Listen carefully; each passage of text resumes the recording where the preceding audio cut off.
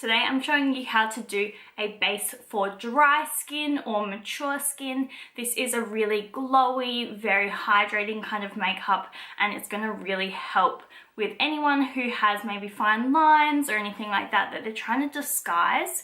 This kind of makeup really will help minimize the appearance of them, and it's the perfect makeup to use for models on photo shoots as well, because a lot of the time models have amazing skin and you don't need to do a lot to their skin to make it look really beautiful. So this is all about just evening out the complexion and not making it look like you're covered in a thick layer of foundation. Instead, it's about enhancing what the features already have. So one of the most crucial steps to this kind of makeup is to prime and prep the skin really thoroughly so that the skin naturally has a bit of a glow to it. So when you put foundation over the top, it's going to meld in and look even more glowy. You're going to start by cleansing the face like normal, either wiping down your model with some micellar water or giving them a thorough cleanse. And next you're going to go in with a moisturizer. So I'd recommend using something quite thick and something with a bit of an oil base to it, so something that feels very rich on the skin. So the Makeup Forever Nourishing Primer is beautiful for this.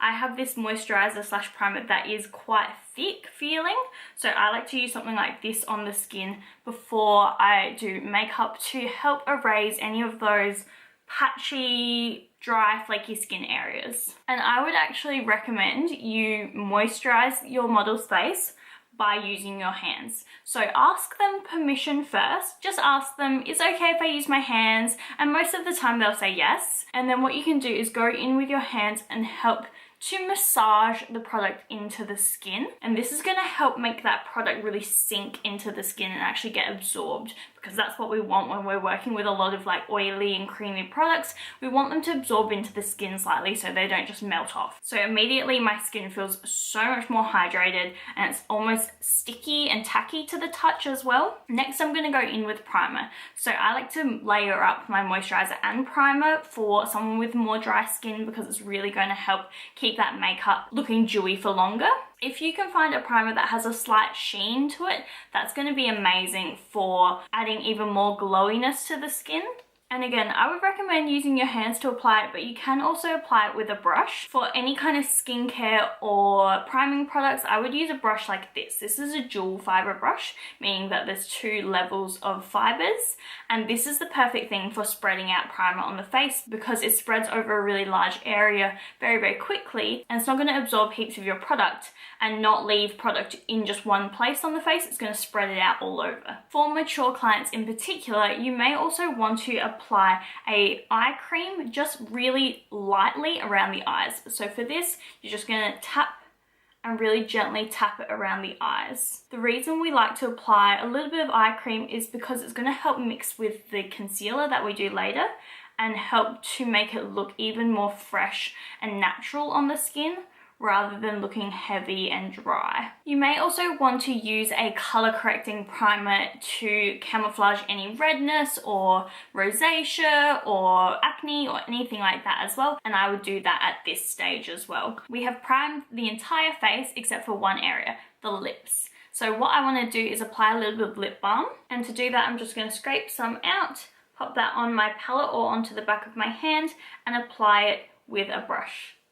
It can be quite messy. You can also get them to, you know, blot their lips together, but this will just really help when you get to the end of the makeup and you're doing lipstick later on. It's going to really help to hydrate them throughout the process of the makeup, so by the time you get to the lipstick, the lips will be nice and soft. And you can always save that brush to use later for their lipstick as well.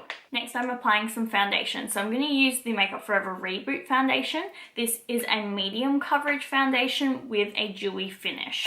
So I'm just going to pump a few squirts of that out, and you can apply this with a brush or a sponge. For brushes, I would recommend using a buffing brush like this, because it's really going to work the product into the skin. For a lighter coverage, I would go back in with a stippling brush like this, because it's going to spread less product on the face, so you'll get an even lighter amount of coverage. Or you can use a beauty sponge, which is what I'm going to use today. So I like to dab product all over the face first, so you know that there is an even amount all over the face, And then we're always going to go back in later to add more coverage where we need it and add more product where we need it. So the reason I like a beauty sponge, especially for dry skin, is because if you're buffing in product, someone with dry skin may have flakes of skin on the surface.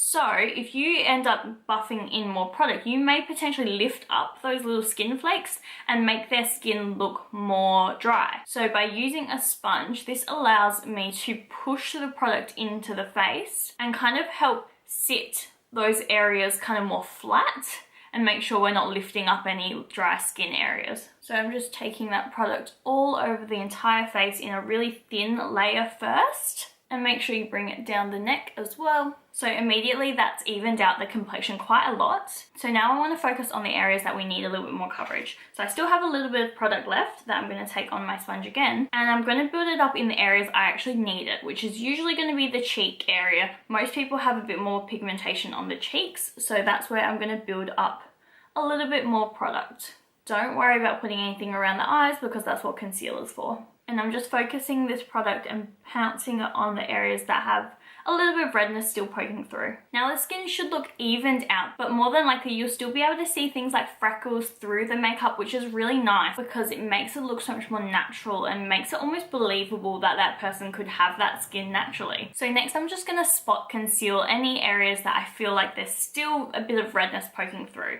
So for that I'm going to use an actual concealer. So what I'm looking for is a concealer that's slightly more creamy. So the Ultra HD is a perfect option. And if you're on a budget, I really like the Rimmel Wake Me Up concealer for spot concealing on the face. So you're just going to get some product and decant it onto your metal palette. And remember, if you do need to add more, make sure you add it into a separate area on the palette. So now I'm just going to pick up a little bit of that on the sponge again, and then focus this just on the areas I actually need it.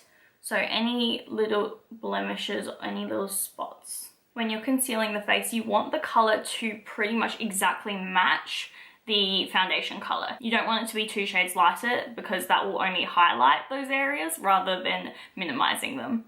But underneath the eyes, for example, we do want concealer to be slightly lighter than the foundation color. So you can see that the skin looks really radiant and really fresh right now. It automatically has that nice dewy glow to it because we've used glowy products. So next I'm going to take some concealer for underneath the eyes. Again, this is going to be a slightly more creamy concealer, and I'm just going to decant that onto my palette as well. This one is going to be 1 to 2 shades lighter than the person's skin tone so that we can brighten up the under eyes. So I'm going to take the pointy end of my beauty sponge and tap that into this inner corner area and then all the way out to the temple to help brighten and highlight this area. We're almost creating a little triangle of highlight going onto the top of the cheek and being blended out.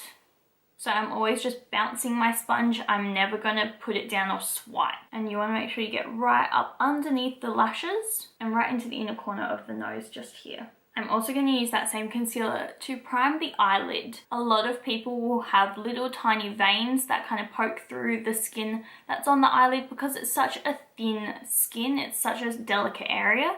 So by concealing the entire eye area, we're helping brighten that entire eye area and blending in with the rest of the makeup. What I want you guys to remember is less is more. You can always add more product if you need it, but it's really hard to take it away. So start with a small amount and build it up. I've gone all the way up to my eyebrow and all the way out to the top of my cheekbone. Now what you want to do is set the concealer around the eyes. So for this I would recommend a HD powder that's got a silicone base like the Makeup Forever Ultra HD because it won't dry out the skin at all, but it will still set and look invisible on the skin. This is not the type of powder that you bake with.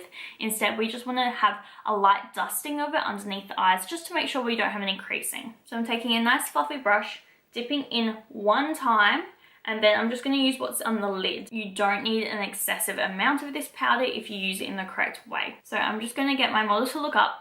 More than likely they may have already creased a little bit, so just use your finger or use your sponge again to tap out any of those creases, and then you're going to get them to look up and you're just going to set really gently. Then I'm also going to set my entire eyelid just with what's left over on the brush. Again, like I said, you need the tiniest amount of product. And that's all the setting I'm going to do for now. Sorry guys, this clip got corrupted for some reason, but essentially what I did was go in with some cream products. So instead of using lots of powder on someone with more dry or mature skin, we want to focus on using lots of cream products because it's going to add an extra layer of hydration to the face. So I took a cream contour, that way we can still sculpt the face without adding a bunch of powders all over it. If you don't have a cream contour color, you can use a darker foundation. I actually really like using a stick foundation, which is a little bit thicker and creamier. You could also use a darker concealer, so you don't necessarily have to have a specific cream bronzer product. You could just use a darker foundation.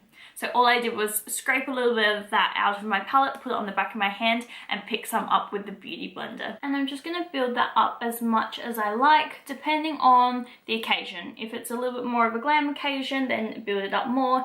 If it's more of an everyday look, keep it natural. So now you should have some shape to the cheek. You could also take this underneath the jaw, depending on their face shape. Next, I'm going to use a cream blush. So again, you want to just scrape off a little bit of product. Cream blush is notorious for being very, very pigmented. So I would recommend popping it on your hand and mixing a tiny drop of your foundation into it to make sure that it's not going to be too strong on the person's face. So I'm just going to mix that drop of foundation in with the blush to sheer it out just slightly, and then it becomes more of a skin tint rather than bright neon blush. Again, I take the exact same sponge. I'm going to take a little bit of product by tapping it on my hand and kind of blending it into the sponge before I put it on the face. Then you're going to get your client to smile and apply this right on the apple of the cheek and then bring it all the way up. So now there should be a natural kind of flush to the cheeks. And finally, I'm going to use some cream highlight. So I've got the Makeup Forever Ultra HD Soft Light. This is a beautiful highlight because there's no actual glitter in it. It's just a shine, which is amazing for mature clients in particular because you don't want glitter on a mature skin. For this, you could also apply this with a sponge, but I want it to be a little bit more sheer, so I'm going to use a brush instead. And I'm just going to pick up a tiny bit of product on a fluffy brush and then just tap, tap, tap, tap, tap that on top of the cheekbone to give the cheekbones a little bit of a glow and look really nice and hydrated. I'm also going to take it up underneath the eyebrow slightly on the cupid's bow, all the normal areas that you would highlight with a powder. And again, I'm just tapping, I'm never swiping any of these products. So at this point, the skin should look really radiant, really fresh, and quite natural. That is our aim. So let's talk setting. It's all depending on the person's skin type. If they have mature normal skin, more than likely they may need a little bit of powder to make sure that their makeup lasts the entire night long. If they are severely dehydrated though, I wouldn't recommend using a lot of powder on the face because it may dry them out even more. So because of that, I would take the same HD powder, something silicone based, so it's not going to dry out the skin, and simply set the areas that look shiny or sweaty rather than setting the entire face. I really like to leave the cheek area completely glowy and completely natural, and then just take a tiny bit of powder on the top of the chin, on the smile lines, so that way if they talk or smile, they're not going to have foundation creasing in these lines here, and just in the middle of the forehead, so anywhere here that may look a little bit sweaty if they were to look really overly shiny right there. But like I said, I like the cheeks to be nice and dewy and natural because it makes the person's skin look really hydrated and beautiful. So you could leave the base exactly like this and just set it with some mist and fix. This will make sure that their makeup stays on for the entire day but stays really hydrated. So I'm just going to spray this all over my face. This is also great to use if you do apply a little bit too much powder and you need it to kind of soften a bit. If you spray this all over the face, it will help rehydrate all of those powder products that you used. So once that setting spray is dry, you should have a really fresh, natural base that's great for anyone who has slightly dehydrated skin or maybe more mature skin. As I said in the beginning as well, this is the perfect makeup to do on models for photo shoots because it's very fresh and natural, which is always what we're going for when it comes to fashion shows in particular, having the skin just look like natural skin but perfected. So I hope you guys enjoyed the tutorial, and let me know if you have any questions whatsoever. If you try this style of makeup on yourself or one of your clients, make sure you send your trainers some photos so that we can give you feedback. Hope you guys have a nice day, and I'll see you at your next tutorial. Bye!